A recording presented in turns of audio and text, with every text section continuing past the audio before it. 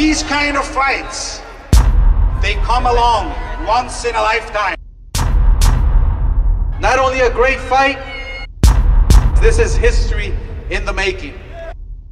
I've said this before and I'll say it again. I'm not one that's going to stand here and belittle the opponent and get into foolishness about what can't be done and what he's not capable of doing.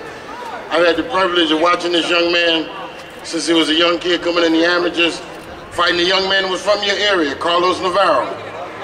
And like I said, he's always been an outstanding athlete, and I respect him on that level, and I respect the support team around him for that. Come to first, you have people who are champions. Then you have guys that are elite, like the Ricky Hattons and the Margaritas. They're elite level. Then you have guys that are special. You're privileged on May 1st to see two guys that are special. These are not champions. They're bigger than championships. They're bigger than belts. These guys are special athletes, and that makes for a spectacular performance. Shane Mosly is an outstanding athlete, and I feel he's elite at the 147-pound weight class. I feel it's premier for him. They say, can he knock the guy out? I said 147 pounds, Shane Mosly can knock anything out that weighs 147 pounds. Anything he hits solid that weighs 147 pounds, even a farm animal, he'll knock it dead. But we also know that Floyd Mayweather has the kind of defense that's hard to hit him in his ass with a handful of rights. All right, so we can't take that. That's why I say you're dealing with special. But what my job is, Shane Mosly could always fight. And when people ask me, what are you going to bring to the table? This gentleman over here, Jack Mosly, taught this man to fight when he was a baby, and he did a spectacular job. My job is to dissect Floyd Mayweather, find the flaws, and then implement an attack that can exploit those flaws. Nothing's impenetrable, we know that. But what we'll find out on May the 1st, as you'll see, you'll want to be there. You're going to say, they said the guy's undefeated. I said I wasn't there for any 40 of those fights. In those 40 fights, he never fought Shane Mosly.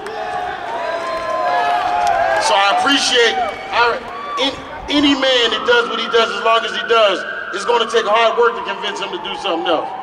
I don't eat pork. You can't convince me to eat pork. All right, you can't convince me to eat pork. But here's the thing. We're going to have no choice but to convince this man that he's going to have to find something new, and that's to learn how to lose.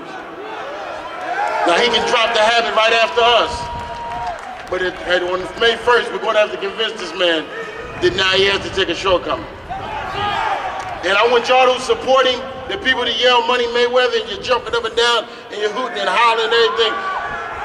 Be on the same bandwagon when the man takes a shortcoming. You'll find out who your real friends are. You'll find out who really got your back. You'll find out who really got your back. So have his back on May 2nd. On May 2nd, still be his man. Still be his man on May 2nd. All right? Because I'll still appreciate his skill on May 2nd.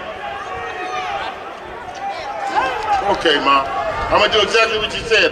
I'm going to go say that. But we're going to see how long they're going to stick around on May 2nd. That the person yells that's the first one. This going to be turning and looking in another direction on May 2nd. Don't think they ain't.